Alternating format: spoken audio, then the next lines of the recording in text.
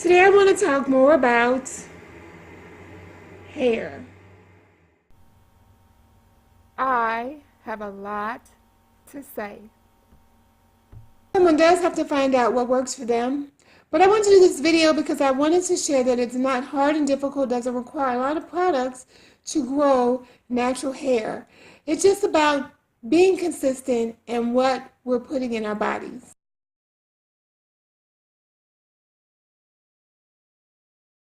So the first myth that I want to discuss is that African American hair does not require water. So I know for sure when I was growing up, water was not it was not a big thing to wash your hair. I went months sometimes without washing my hair. And what I found when I became an adult and I took charge of my hair routine, the more that I wash my hair, the more that it is stimulated and the more that it grows. So, washing the hair on a regular basis is essential for hair growth.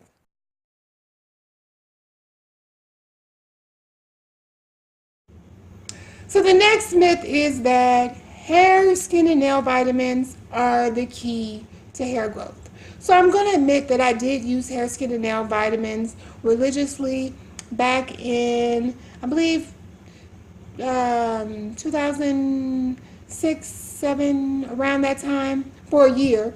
And I did have some benefits from the hair growth, but the moment that I stopped the hair, skin, and nail vitamins, I started to experience the same issues that I had before with my hair. So the truth is, the hair, skin, and nail vitamins are a tool, and they're only a tool if someone doesn't have blockages in their nutrition and if they're in some sort of position to receive nutrients to actually grow hair.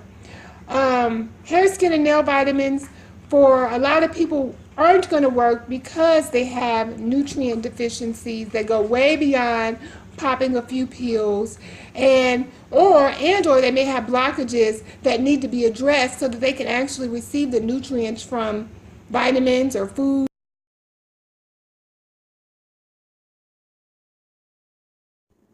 So before I do this next myth, let me go ahead and do a hair check.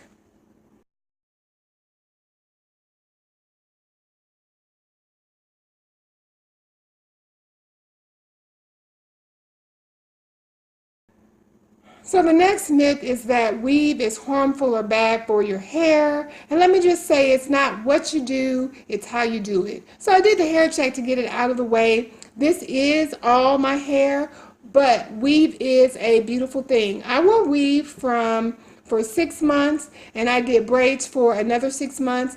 I had my hair in a protective style for a total of a year, and it did nothing but benefit my hair and help me transition from relaxed to natural hair because I did not want to go through those intermediate stages. When I went from relaxed to natural, my hair was about this long. And when I took it out of the weave and the braids, it probably was about this long. And it just made it more easy and convenient for me to grow my hair. Now, it's about proper care. So I never did the glue-in weaves. They were always sew-ins. And when I washed the sew-in, I did not concentrate on my scalp. I just washed the weaved hair and made sure that it was dry or blow dried so that there wouldn't be any, moisture or fungus that developed from having a constantly wet head. And I got braids. I actually wore a two-strand twist. And once again, it was about proper care. I never had an issue with my edges because I guess never I didn't, first of all, the person that did the braids did not pull my edges tight. And then secondly, I didn't wear them as a religion. I wore them on and off, as a way to take a break from doing my hair. Also, with the braids, when I took my hair out of the braids, I'm just going to drop this little dime. I made a mistake and just took the braid two strands down and then washed it, and my hair became a dreadlock. When you take out the braids, you always have to, it's painful, but comb through it before conditioning or washing the hair.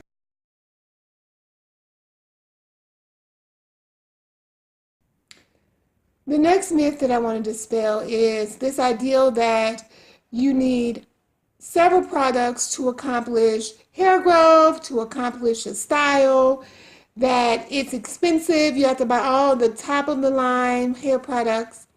So, in my experience, and I did start out that way, but in my experience, you just have to find a few choice products that work for you. So, for me, it is my Aussie Moisture Shampoo and Conditioner, my beeswax, and my coconut protein treatments. And that's it. My shopping list for my hair probably reaches maybe possibly $10, more on the side of 7.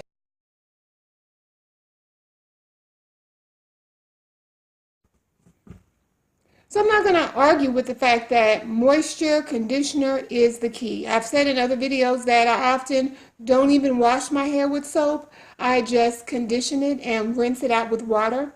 So moisture is the key. But you don't have to have, or I haven't had to have, 3 different moistures. I don't have to moisturize my hair every couple days or any type of regimen like that. I moisturize my hair upon the time that I wash it or I co-wash it. And that sustains hair growth and hair health.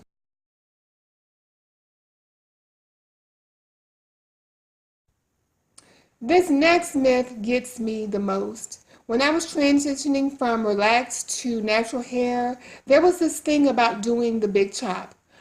I did not want to chop off all of my hair because I was trying to grow it. So I never did the big chop, and it did not harm my hair growth, cause breakage, cause any type of damage to my hair. Because I was straightening my hair on a regular basis, um, I couldn't, if I tried to wear it in the curly state, there would just be permed strands of straight hair and the rest of the hair be curly or wavy. And that was the only fallout. So if I were going for the natural curly look, okay, I could see cutting off the permed pieces of hair, but it's not necessary to sustain or keep your hair from breaking off.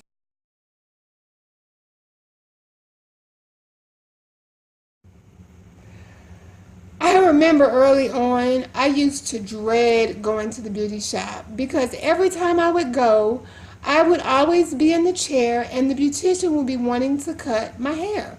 Now, granted, it was needed because the perm was severely eating out my hair, but now that I'm natural, I see sometimes people talking about trimming their hair. I wear my hair in I can go a year without trimming my hair. It doesn't cause any breakage. It doesn't cause the split ends to, you know, shred down the hair shaft and tear up the hair. Trimming my ends is not required. Now, if I had transparent hair, I would definitely not hold on to the strands and trim it to make it even. But I don't have to, worry about any of the things that are going on down there. If anything, it doesn't do anything to my hair. I continue to eat healthy, wash it, condition, and my hair continues to flourish and grow.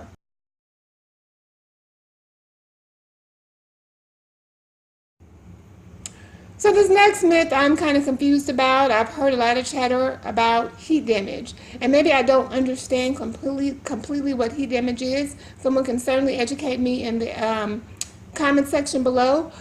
I have had what I call heat damage when someone thought that my hair was coarse and unmanageable, and they put too much heat on my hair to straighten it, and it caused my hair to literally melt. That is what I would think heat damage is. Other than that, historically, I straighten my hair every 7 days. There may be steam coming off of the flat iron from my hair, but as long as I don't smell hair burning, that steam is either the moisture from the shampoo conditioner, or the moisture in my hair, or the sealing of the moisture in my hair. And you can look for yourself and see that I don't have any heat damage. So that's the next thing. this ideal that you are not able to regularly straighten your hair. Now, granted, I don't use the blow dryer. I use the ponytail method, but even if I did, straightening the hair is not going to cause heat damage when if someone is having brittle, broken off, rough hair, that's a completely separate issue.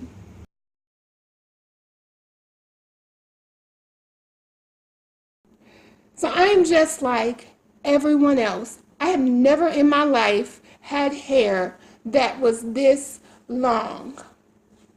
The potential was always there. I just had to find out what works for me and the foundation and the base work for growing healthy hair.